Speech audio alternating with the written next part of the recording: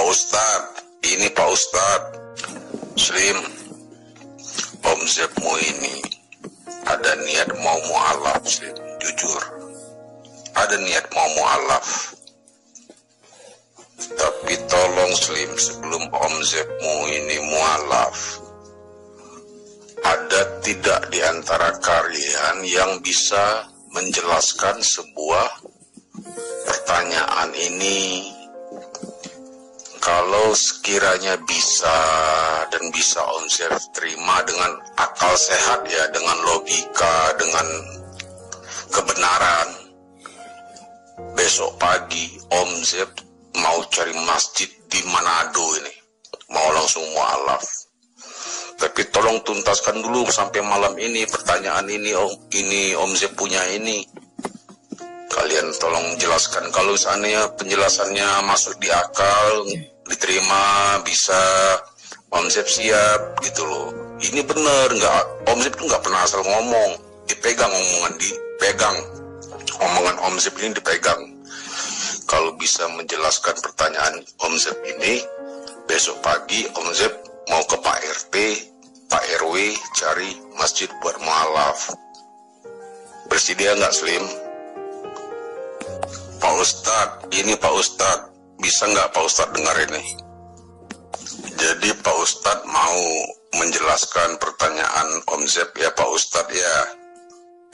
Oke, fokus ya Pak Ustadz ya, sebab kalau Om Zep bisa menerima jawaban dari Pak Ustadz, berarti Pak Ustadz orang pertama yang bisa menjawab pertanyaan ini sejak 20 tahun yang lalu. Karena selama 20 tahun yang lalu ini nggak bisa terjawab Pak Ustadz. Serius, demi Allah, saya nggak bohong. Jadi selama 20 tahun, pertanyaan kebimbangan dan keraguan Om Zep ini nggak ada yang bisa jawab Pak Ustadz. Jadi Om Zep mundur terus selama 20 tahun, mau mu'alaf gagal terus, batal terus. Nah, semoga Pak Ustadz malam ini bisa jawab gitu loh maksud Om Zep. Begini Pak Ustadz ya, oke lah, anggaplah Quran itu benar Pak Ustadz. Oke lah, malam ini Om Zep anggap Quran itu benar. Injil itu kan sudah diselewengkan dan salah, sangat bertentangan sama Quran kan isinya kan. Apalagi Taurat kan, Taurat kata orang Muslim di dalam Quran juga kan sudah diselewengkan kan, salah. Jadi okelah sekarang Om Zep asumsikan Quran itu benar. Yang ingin Om Zep tanyakan Pak Ustadz, jarak dari Injil ke Quran itu kan 650 tahun. Artinya selama 650 tahun itu seluruh manusia itu dibiarkan Allah dalam posisi salah. Iya kan? Karena selama 650 tahun sebelum adanya Quran itu, Injil itu kan salah katanya kan. Dan itu dibiarkan oleh Allah.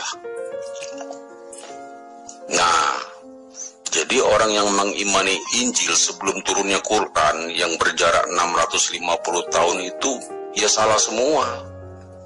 Sampai hingga pada saatnya Quran turun baru benar, baru dibenarkan. Mengapa Allah itu sengaja membiarkan kesalahan itu Pak Ustadz selama 650 tahun lagi, hampir 1000 tahun itu lama. Jadi begitu banyak orang yang sudah salah mengimanin Injil salah, Taurat salah.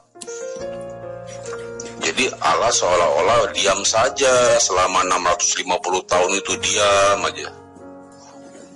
Nggak ada kasihannya lihat umatnya, kan katanya kan salah, yang benar kan cuma Quran. Mesti bertanya, ngapain aja gitu loh Allah selama 650 tahun jarak itu, kok baru diturunkan yang benarnya setelah 650 tahun kemudian? Apakah Allah tega melihat umatnya begitu selama 650 tahun itu kayak ayam kehilangan induk, semua salah kan, yang betul pas Al-Quran datang. Nah, coba tolong jawab Pak Ustadz. Jadi ini pertanyaan sebenarnya adalah pertanyaan yang merupakan kunci untuk membongkar kesesatan agama Kristen. Kenapa kemudian pertanyaan kamu itu kamu merasa sulit untuk dijawab oleh orang Muslim? Itu pengakuan kamu, padahal sebenarnya ini adalah pertanyaan yang sangat baik. Kenapa saya katakan sangat baik? Karena itu akan mengungkap dua mata rantai antara ajaran Kristen dan ajaran Islam. Cuman saya ingin berpesan kepada kamu, sebagai pendukung Bani Israel atau orang Israel, kamu harus objektif dan ilmiah menafsirkan ayat-ayat yang merupakan pemberkatan untuk orang Israel di dalam perjanjian lama yang dibaca oleh kitabmu. Kenapa? Karena berawal daripada Kejadian 49 ayat 10 bahwa kerajaan Yehuda tidak akan diambil, tidak akan beralih ke bangsa lain. Ya, tidak akan diambil kerajaan Yehuda itu sebelum dia yang diberkati dalam nama Tuhan itu datang. Nah, menurut kitabmu, Yakub itu disebut Israel oleh Tuhan. Ya, itu kejadiannya bermula ketika Yakub bergulat melawan Tuhan sampai subuh, dengan hasil kemenangan mutlak di tangan Yakub. Jadi Tuhan menurut kitabmu kalah gulat melawan Yakub. Nah, oleh karena Yakub menang melawan Tuhan, maka oleh Allah nama Yakub itu kemudian diganti oleh Israel. Di dalam Kejadian 32 ayat 28 sampai ayat 30 jelas, namamu tidak akan disebutkan lagi Yakub, tetapi Israel, sebab engkau telah bergumul melawan Allah dan manusia, dan engkau menang. Maka Yakub pada saat itu bertanya, katakanlah juga namamu, tetapi sahutnya, mengapa engkau menanyakan namaku? Lalu diberkatinya isi Yakub ini, dan Yakub menamai tempat itu, kalau nggak salah, Peniel. Sebab katanya, aku telah melihat Allah berhadapan muka, tetapi nyawaku tertolong. Itu ada di Kejadian 32 ayat 28 dan 30. Nah, kenapa kemudian Allah itu nanti mengutus Muhammad SAW pada abad ke-6? Nah, ini kaitannya oleh karena Allah ingin membuktikan firman-firmannya kepada Bani Israel, bahwa kehancuran demi kehancuran, amarah demi kecemburuan akan menimpa Bani Israel, disebabkan oleh kedegilan, disebabkan karena kemungkaran, disebabkan karena keingkarannya terhadap ajaran para nabi yang diutus oleh Allah kepada mereka. Pahami itu dengan baik. Jadi ketika Anda menginginkan begitu Nabi Isa atau Yesus itu terangkat ke langit, tiba-tiba Anda mau Muhammad datang pada saat itu, enak di Israel dong. Berarti mereka langsung mengenal kebenaran, karena adanya Muhammad diutus pada zaman itu. Tapi tidak, Allah menginginkan sesuai dengan apa yang diperjanjikan kepada Bani Israel. Di dalam Ulangan 32 ayat 21, aku akan membangkitkan amarah dan cemburumu, wahai Israel. Jadi dibiarkan oleh Allah, orang-orang ini disiksa oleh Allah dengan kecemburuan dan dengan amarah. Ini perlu kamu pahami. Itulah sebabnya kenapa Allah itu tidak serta-merta mewahyukan atau mengutus rasul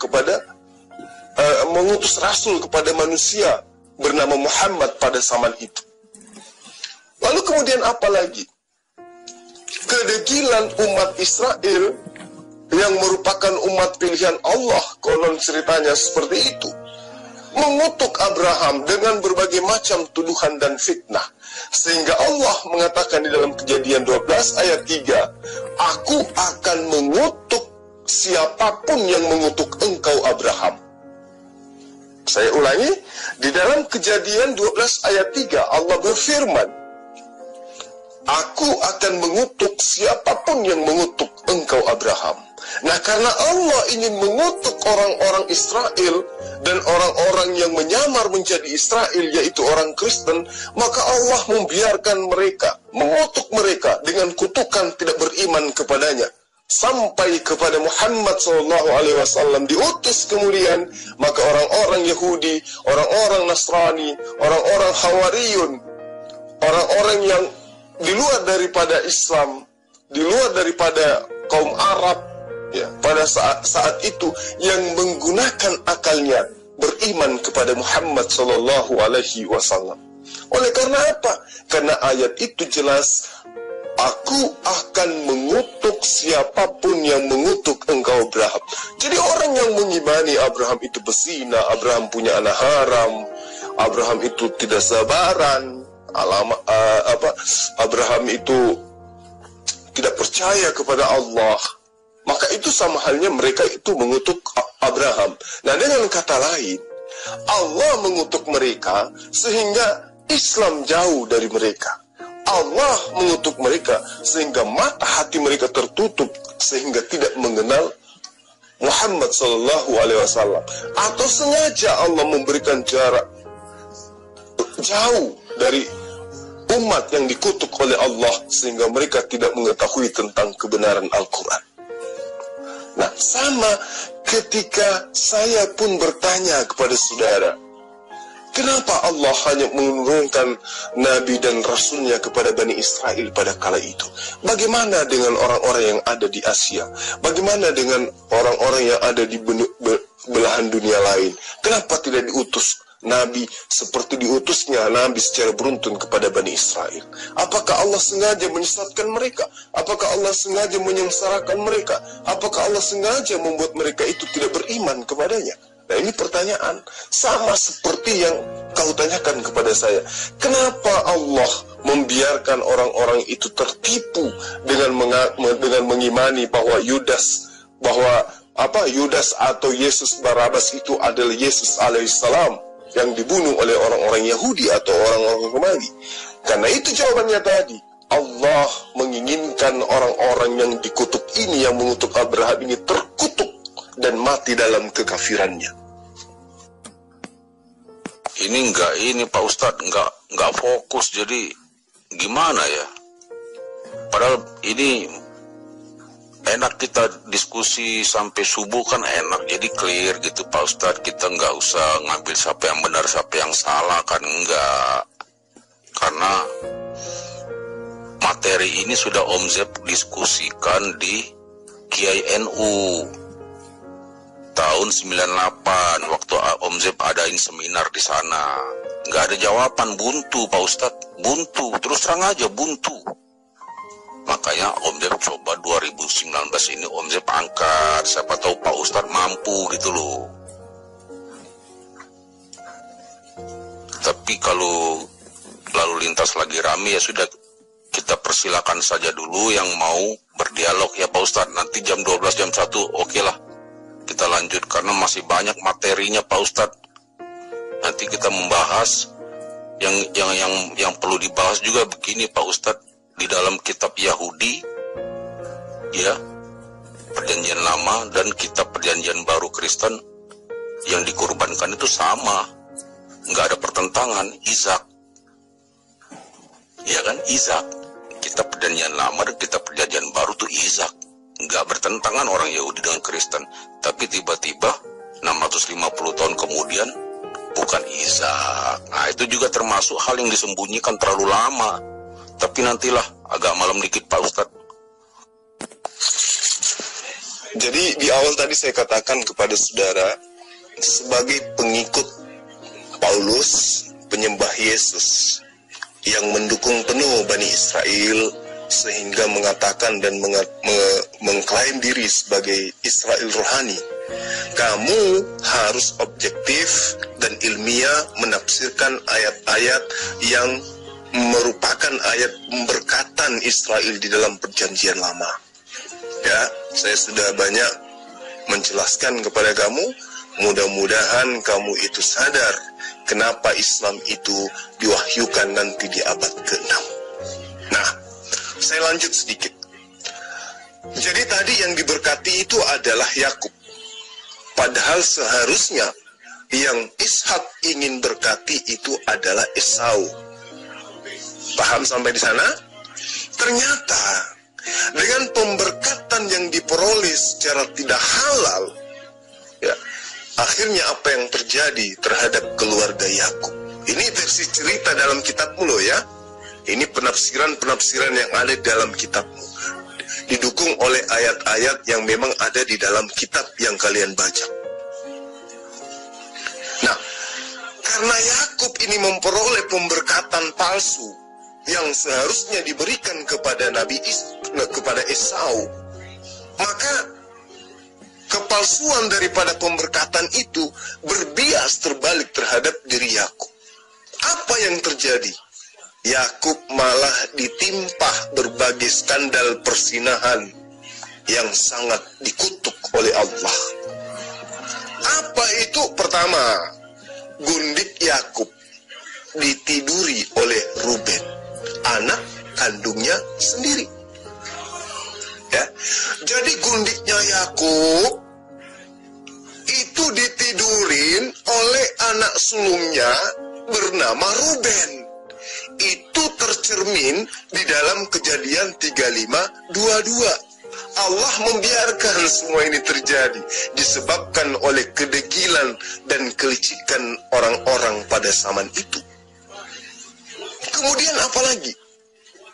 Yehuda, anak kandung Yakub, itu diinformasikan di dalam Kejadian 38 ayat 13 sampai ayat 19. Si Yehuda ini, anak kandung Yakub ini, jelas-jelas dikabarkan menghamili menantunya sendiri. Ya.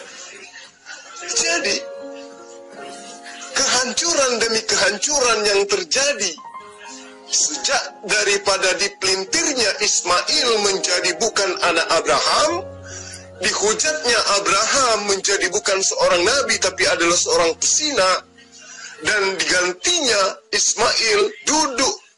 digantinya Ishak duduk menggantikan Ismail sebagai anak yang tunggal. Kemudian Esau diganti oleh Yakub dengan menipu ayahnya sendiri. Maka Allah menjauhkan Islam, diwahyukan kepada kaum durhaka seperti mereka. Nah, kalau teman-teman Muslim itu menjawab tentang apa yang kamu pertanyakan dengan pendekatan Al-Quran, kalau saya cukup dengan menggunakan pendekatan kitab yang kamu bajak dari Bani Israel. Jadi jelas, kehancuran demi kehancuran yang dialami oleh Yakub itu tertera di dalam kitabmu. Kejadian 35 ayat 22. Istri daripada Yakub itu ditidurin atau disetubuhin oleh anak kandungnya sendiri bernama Ruben. Kemudian anak Yakub yang bernama Yehuda lagi-lagi menghamili menantunya sendiri. Kalau Muhammad kalian tuduhkan ya menghamili anak daripada istri daripada anak angkatnya, itu tidak ada masalah. Karena Said bukan anak kandung dan Zainab bukan menantunya, melainkan Zainab itu adalah janda daripada Said yang tidak ada pertalian darah dengan Muhammad. Tapi bagaimana dengan Yehuda yang jelas-jelas menghamili menantunya sendiri, dan itu jelas ada di dalam kitab Kejadian 38 ayat 13 sampai ayat 19. Yehuda, Ruben adalah dua anak Yakub, itu mempertontonkan persinahan demi persinahan, mencerminkan bahwa Allah tidak merestui pemberkatan yang dilakukan oleh Ishak terhadap Yakub. Demikian supaya kamu paham kenapa Allah kenapa Allah mengutus Muhammad Sallallahu Alaihi Wasallam jauh dari kehidupan dari orang-orang yang pelaku-pelaku maksiat seperti mereka ini. Lah, ya kan buktinya memang ketipu semua keturunannya. Itu nggak diragukan. Apakah kemudian saudara tidak pernah belajar sampai saudara bertanya hal-hal yang menurut saya ini menggelikan? Karena nyata-nyata dalam kitabnya mereka memang sudah dikatakan seperti itu. Mazmur bab 119 ayat 126. Kan jelas dikatakan seperti itu. Lalu kemudian Yeremia 8 ayat 8. Di sana diterangkan bahwa mereka merubah Taurat Tuhan. Bagaimana mungkin kamu menyatakan kamu memiliki Taurat Tuhan? Sesungguhnya si pena palsu telah merubahnya menjadi bohong. Apakah itu merupakan fitnah? Atau memang kenyataannya memang seperti itu? Nah, kalau itu fitnah, berarti ayat itu salah. Kalau salah, berarti itu kan firman Tuhan. Nah, kalau itu benar, berarti pernyataan saya itu benar. Lalu kemudian, Anda sudah mendengarkan voice note saya. Panjang lebar saya menerangkan bagaimana tabiat mereka. Bagaimana anak daripada Ishak, ya, anak daripada Yakub, bagaimana Ruben, bagaimana Yehuda, dan itu lengkap dengan ayat-ayat yang saya utarakan tadi. Bahwa akibat daripada penyelewengan demi penyelewengan yang dilakukan oleh Bani Israel, Bani Yakub, ya, sehingga mereka tidak pernah diberikan lagi oleh Allah kejayaan sampai hari ini. Nah, kalau Pak Pendeta mengatakan apakah mereka mungkin, buktinya mereka sudah lakukan. Nah, inilah yang menyebabkan sehingga coba lihat bagaimana Israel sekarang. Beda dengan pada masa Musa, beda dengan pada masa Daud, beda dengan pada masa Salomo. Kerajaan mereka hancur, ambruk, berkeping-keping. Itu fakta, dan itu tidak bisa dipungkiri. Jadi maksud Ustadz, orang Yahudi itu merekayasa ya, bahwa yang dikorbankan tuh Ishak tuh pura-pura ya. Itu maksudnya. Sebenarnya yang dikorbankan tuh kan Ismail, tapi orang Yahudi kan merubah-rubah gitu. Jadi seolah-olah Ishak gitu ya. Pertanyaannya gampang Pak Ustadz. Mereka merubah kitab suci dari Ismail ke Ishak. Apa mereka nggak takut kualat tulah untuk anak cucunya loh? Masa orang Yahudi mau ngerubah kitab dari Ismail ke Ishak demi gengsi, tapi akibatnya ke seluruh anak cucu Yahudi ketipu oleh kelakuan yang ngerubah kitab. Masa orang Yahudi mau nipu anak cucunya sendiri? Sudah nggak mungkin Pak Ustadz. Itu tuh sebenarnya nggak ada yang dirubah di kitab Yahudi itu. Kalau orang Yahudi ngerubah kitab, itu mencelakakan anak cucunya sendiri. Berarti itu kan untuk menipu anak cucunya sendiri nanti. Apa yang ada di kitab perjanjian lama tuh apa adanya, benar dan sebenar-benarnya. Karena kalau orang Yahudi yang merubah-rubah itu anak cucunya sendiri nanti ketipu semua. Apa orang Yahudi mau? Itu loh cara berpikirnya Pak Ustadz. Kalau Ishak ya Ishak, sesuai dengan perjanjian baru ya Ishak gitu loh. Nggak mungkin dari Ismail dirubah Ishak demi gengsi, tapi anak cucunya masuk neraka semua karena kelakuan nenek moyangnya yang merubah kitab. Orang Yahudi juga kan nggak bodoh. Kita rubah aja yuk, dia jadi Ishak yuk, kita rubah yuk. Tapi gimana anak cucu kita nanti ya? Ketipu semua oleh kita. Nah itu mikirnya ke sana Pak Ustadz. Iya, sejahat-jahatnya orang Israel Pak Ustadz, mereka nggak akan berani ngerubah-rubah kitab suci karena mereka melihat anak cucunya kelak. Anak cucunya yang dipikirkan mereka, masa menyesatkan seluruh anak cucu Yahudi. yang merubah kitab itu demi gengsi. Kalau memang Ismail pasti mereka tulis Ismail, Pak Ustadz. Kalau Ishak ya Ishak, gitu aja, simple. Kita nggak usah bermain teori inilah itulah. Cobalah berpikir itu, kita harus benar-benar berpikir secara holistik dan sehat. Apa mereka tega menyesatkan Yahudi demi gengsi? Kita ganti Ishak aja yuk. Lalu apa untungnya? Kalau benar itu hasil rekayasa, Yahudi sekarang ini sesat semua. Gitu loh. Dan mereka kan nggak mau anak cucunya sesat. Gitu Pak Ustadz. Jadi saya tambahkan lagi sedikit, kenapa Allah nanti di abad ke-6 mewahyukan Al-Quran. Kalau tadi di atas saya menceritakan tentang sejarah Ishak, cerita Yakub, bagaimana keturunannya, bagaimana perilakunya, istri Ishak si Rivka itu bagaimana caranya, kemudian menipu Ishak yang sudah tua dan buta. Jadi cerminan yang muncul kemudian pada saat saya menjabarkan ke semua ini adalah bahwa Yakub dan keturunannya adalah keturunan yang dikutuk oleh Allah sesuai dengan kitabmu, sesuai dengan kitab yang kamu baca. Satu. Kemudian, apakah pernyataan saya ini bisa dibuktikan dengan histori yang lebih dekat daripada abad ke-6? Saya tidak usah mengambil sosok lain di luar daripada sosok yang kamu imani. Saya ngambil contoh Yesus, ya. Yesus yang konon Tuhan.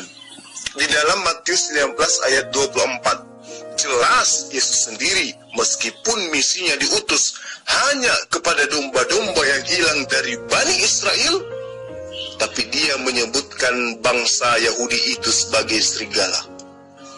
Paham?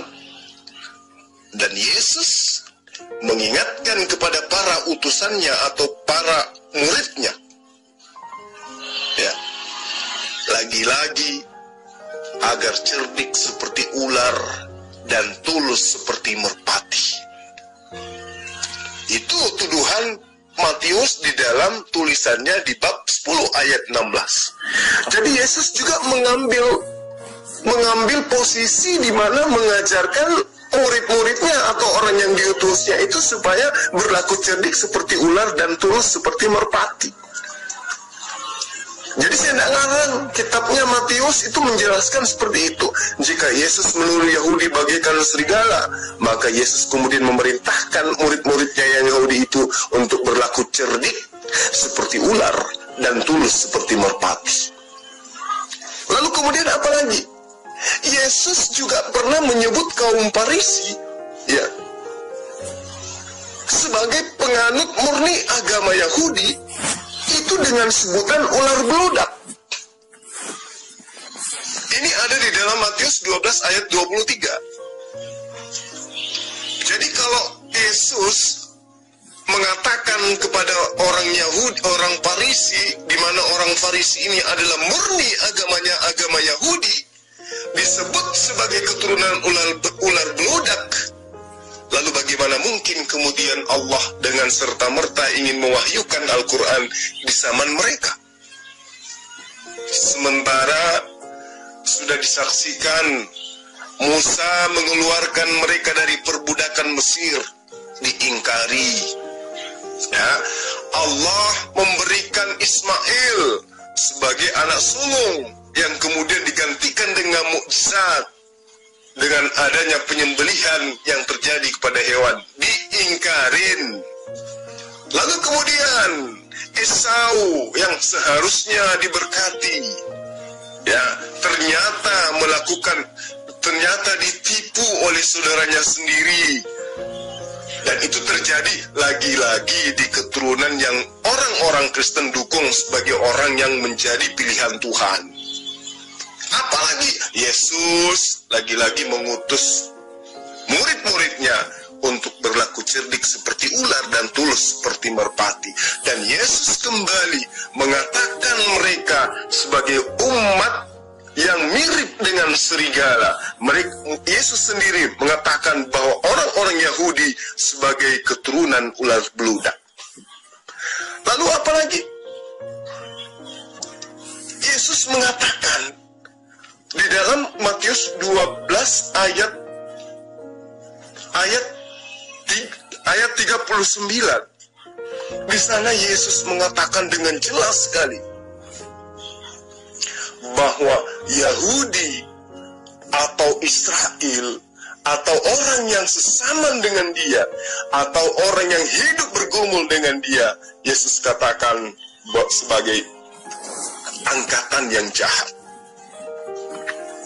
Lalu kemudian di dalam Matius 23 ayat 37, Yerusalem disebut oleh Yesus sebagai pembunuh para nabi.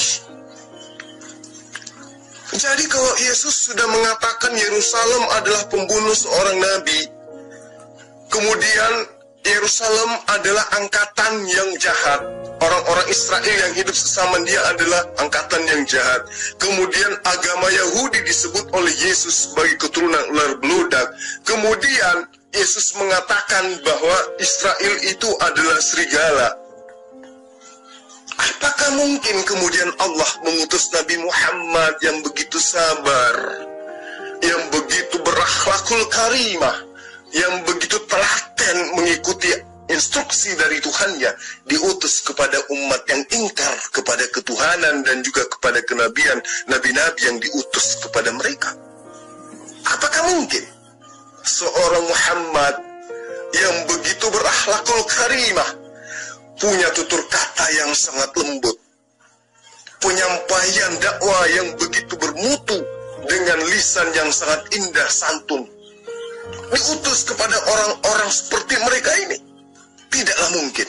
Maka itulah kemudian Allah menunggu 6 abad, barulah kemudian Muhammad SAW dengan diturunkannya Al-Quran kepada Bani Ismail pada zaman itu. Karena pada zaman itu penguasaan orang-orang Yahudi itu tidak lagi menguasai sendi-sendi masyarakat yang ada di sekeliling mereka pada saat itu. Itu salah satu hikmahnya. Jadi kalau teman saya menjawab melalui Al-Quran, saya menghabiskan akal sehat kau itu supaya sehat kembali. Maksud saya menghabiskan racun yang ada di dalam akal sehat kamu supaya sehat kembali dengan menggunakan pendekatan kitabmu sendiri. Jadi kalau Musa menyebut di dalam perjanjian lama orang-orang Israel yang durhaka, menyebut orang-orang Israel sebagai orang yang hobi memanipulasi kebenaran kitab suci, dengan Musa menyebut mereka sebagai orang dekil dan orang-orang yang tegar tengkuk terhadap Tuhan. Itu tertera di dalam Ulangan 31 ayat 27. Dan kemudian Musa menyebut mereka ini sebagai umat atau bangsa penentang Tuhan, sebagaimana yang tertera di dalam Ulangan 9:24. Lalu kemudian di dalam kitab Mika menyebut kaum Yakub dan para pemimpin kaum Israel sebagai orang yang muak terhadap keadilan dan yang membengkokkan segala yang lurus. Maka apakah mungkin kemudian Allah ingin mengutus Nabi Muhammad SAW kepada mereka? Ya. Di dalam kitab Mika kitab Mika bab 3 ayat 9 sampai ayat 11. Kaum Nabi Musa disebutkan sebagai kaum yang memutuskan hukum Tuhan, yang menghapuskan hukum Tuhan, yang meninggalkan hukum Tuhan, disebabkan oleh karena suap, disebabkan karena bayaran. Apakah mungkin kemudian orang yang diselamatkan dari perbudakan Mesir akan beriman kepada Muhammad SAW yang berasal dari bangsa lain. Jadi itulah kemudian hikmahnya. Kenapa Allah mengutus Muhammad bersama Al-Quran nanti di abad ke-6. Tidak diutus bersamaan dengan masa Yesus. Yesus yang sudah membuktikan mukjizat terlalu banyak, menyembuhkan orang yang lumpuh, membuat orang buta melihat, bahkan orang mati bangkit dari kematiannya, sudah dibuktikan oleh Yesus di hadapan mereka orang-orang ini. Tetapi apa yang terjadi? Mereka tetap ingkar. Mereka lebih percaya kepada Paulus. Mereka lebih percaya kepada pengarang-pengarang kitab yang bukan merupakan murid Yesus. Apatah lagi Muhammad yang hanya merupakan bangsa yang ummi, hanya seorang pedagang kecil, berasal dari anak yatim piatu, berasal dari bangsa jahiliyah, bangsa yang tidak terpelajar, bangsa yang tidak tahu kitab suci. Apakah mungkin mereka akan beriman kepada beliau? Jadi inilah hikmahnya kenapa Muhammad SAW diutus nanti setelah orang-orang kafir ini puas dengan kekafiran mereka. Dan untuk kau, sebagai pendeta yang hidup di abad sekarang, kau masih punya kesempatan untuk menjadi pengikut Muhammad, sekiranya engkau menggunakan akal sehatmu dan meninggalkan kenikmatan-kenikmatan yang diberikan oleh gerejamu. Camkan itu. Setelah saya menjawab tantangan Pak Pendeta, apakah Pak Pendeta ingin mangkir, ingin lari dari perkataan Pak Pendeta yang mengatakan akan mu'alaf jika ada yang mampu menjawab pertanyaan Pak Pendeta? Nah, tuh saya sudah jawab. Pendekatan yang saya gunakan adalah pendekatan kitabiah, perjanjian lama, perjanjian baru, pengajaran Musa dan juga pengajaran Yesus. Di mana pengajaran mereka ini, informasi dari mereka inilah yang merupakan salah satu alasan kenapa Allah tidak mengutus Muhammad SAW sejaman dengan orang yang tegar tengkuk kayak mereka. Itulah sebabnya kenapa Allah mewahyukan Al-Quran nanti di abad ke-6. Bagaimana? Saya sudah menjawab. Apakah Pak Pendeta akan mu'alaf? Atau benar apa yang saya katakan? Seorang pendusta tidak akan mungkin akan menepati janjinya selama pendusta itu belum bertobat. Bagaimana, Pak Pendeta?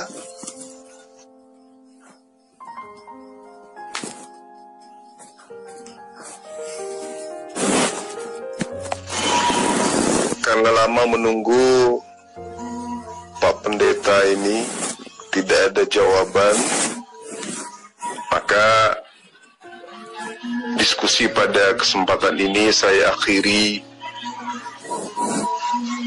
dengan